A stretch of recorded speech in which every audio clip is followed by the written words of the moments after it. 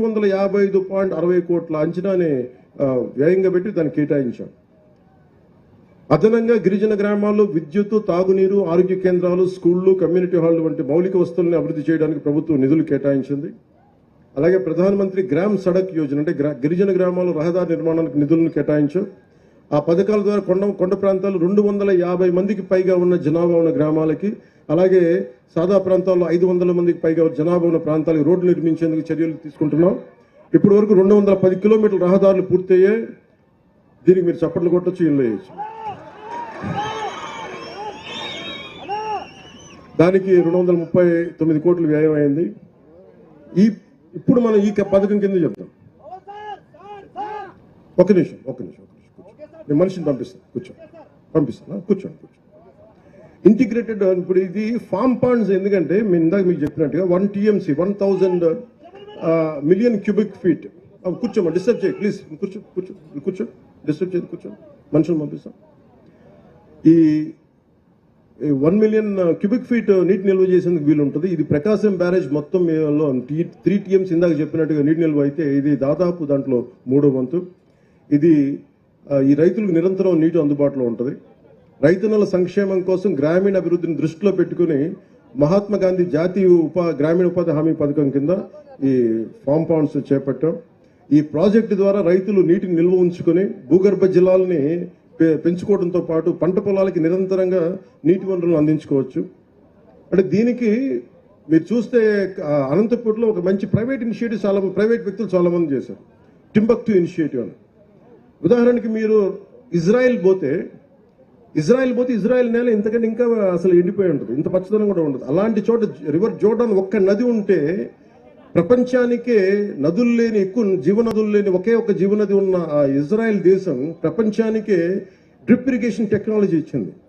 ఎప్పుడైతే మనకి నీటి సౌకర్యం ఉండదో, ఎక్కువ మన కష్టం ఉంటుందో, దాన్ని మనం ఎక్కువ మన శ్రమపడి వాళ్ళ తెలివితేటలు పెంపొందించుకొని మన ప్రపంచానికే మనకి డ్రిప్ ఇరిగేషన్ అందించారు ఇజ్రాయలీస్. సో అంటే మనకి మనసు పెడితే ఏదైనా సాధించవచ్చు అనేది మనం దాన్ని పెట్టుకోవచ్చు. అందుకే ఈరోజు 155,000 పాండ్లు గనక ఈ నీటి కుంటలు నిజంగా సద్వినియోగం చేసుకోగలిగితే పెద్ద ప్రాజెక్టులు వచ్చే వరకు మన రాయలసీమ నేలకి ఇవన్నీ చాలా చాలా సహాయపడతాయి. అలాగే నేను ప్రత్యేకించి చెప్పింది ఏంటంటే, ఇది ముస్నోబా ఫుకోకా ఇందాక మన చైతన్య గారి అబ్బాయి చెప్పినట్టుగా నిజంగా కనుక ఫామ్ పాండ్లు చుట్టూ, ఎందుకంటే నేను ఈ నీటి కుంటలు నేను నా ఇంట్లో నా ఫామ్లో చేసుకున్నాను ఒకప్పుడు. ఈ ప్రాజెక్ట్ ద్వారా రైతులు నీటిని నిల్వ చేసుకోవడం, భూగర్భ జలాలను పెంచుకోవడంతో పాటు పంట పొలాలకి నిరంతరంగా నీటి అందించడంతో పాటు ఫామ్ పాండ్స్ చుట్టూ అరటి కానీ, నిమ్మ కానీ, దానిమ్మ కానీ, జామ, కరివేపాకు లాంటి మొక్కలను పెంచితే రైతులకి ఒక ఆదాయం కూడా ఉంటుంది, దీర్ఘకాలిక ఆదాయం ఉంటుంది. అదే నీటిలో కూడా చిన్నపాటి చేపలు పెంచుకోవచ్చు సహజంగా. అలాగే బాతుల పెంపకానికి, ఈ బాతుల పెంపకం వల్ల ఏం జరుగుతుంది, నీరు ఎప్పుడు పరిశుభ్రంగా ఉంటుంది. ఇప్పుడు దోమలు ఉండటానికి అంటే క్రిమి కీటకాలు పెరగవు. అందువల్ల బాతుల పెంపకం ఒకటి సహాయపడుతుంది. వ్యవసాయానికి ఇది మరింత ఉపయోగపరంగా ఉంటుంది. ఈ నీటి నాణ్యత మెరుగుపరచడంతో పాటు నీటి వనరుల నిర్వహణ కూడా సమర్థవంతంగా మార్చి వ్యవసాయ అభివృద్ధికి దోహదపడుతుంది. అలాగే దీంతో పాటు మేము 3 రకాల, మీకు కలెక్టర్ గారు కానీ డిస్ట్రిక్ట్ అడ్మినిస్ట్రేషన్ కానీ ప్రతి రైతాంగానికి ఇస్తారు. ఈ సమగ్ర వ్యవస్థలో ఫామ్ పాండ్స్ చుట్టూ 3 రకాలు తయారు చేశాం. దీన్ని మీ కలెక్టర్ గారు తెలియజేస్తారు. ఇది మీకు డీటెయిల్ చెప్పి మీకు నాకు ఇంకొక సందర్భం అందరూ చెప్తాను. ఈ ఫామ్ పాండ్ చుట్టూ ఒకటి చిన్నపాటి కోళ్ల పెంపకం కావచ్చు, ఆవుల కోసం గోకులాలు కావచ్చు. మనం దాదాపు 18,500 గోకులాలని మనం చేసేసాం. అలాగే షెడ్లను ఏర్పాటు చేయడం ద్వారా రైతులకు ఆదాయాన్ని పెంచే విధంగా ఈ మోడల్ రూపుదిద్దుకుంది. ఇది పాలేకర్ మెథడ్ ఆఫ్ మన వ్యవసాయ పద్ధతుల ద్వారా ఇవన్నీ పనిచేస్తాయి. అందుకని దాని ప్రకారం పశుపోషణ అనేది చాలా అవసరం. ఈ పశుపోషణ షెడ్లో భాగంలో సోలార్ ప్యానెల్ని అమర్చుకోవచ్చు. సహజ ఎరువులు, గోమూత్రం, గోమయం సహజ ఎరువులుగా ఉపయోగించవచ్చు.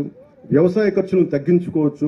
ఈ రాళ్లతో ఉన్న నేల నిజంగా జీవం పెరగాలి అంటే మనకి మన గోమాత ద్వారా వచ్చే ఈ గోమూత్రం కావచ్చు, గోమయం కావచ్చు, నిజంగా దాన్ని సారం పెంచుతుంది భూమిలో. అందుకని దీనికి అనుసంధానం చేశాం. మనం కామధేను అంటాం కదా, ఆవుల ద్వారా పాల ఉత్పత్తితో పాటు గోమయం సహజ ఎరువుగా ఉపయోగించడం వల్ల భూసారం ఇందాక చెప్పినట్టు పెరుగుతుంది. దీనివల్ల పంట దిగుబడి పెరుగుతుంది. నేను ఓజీలో ఉండే యాక్టర్లా మాట్లాడచ్చు, సగటు రైతులా మాట్లాడుతున్నా. భూమి మీద ఉన్న ప్రేమ ఉన్నోడు ఇలాగే మాట్లాడతారు.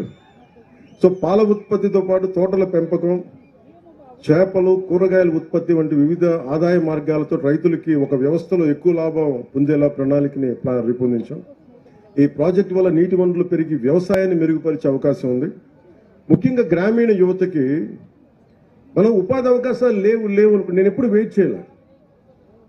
నాలాంటి వాడికి ఎలాంటి నేను కష్టపడి నేనేమనుకునేవాడు, నా పెద్ద ఉద్యోగం, నాకు ఉపాధి లేనప్పుడు సినిమాలో నాకు ఎవరు ఇవ్వలేదు అవకాశాలు.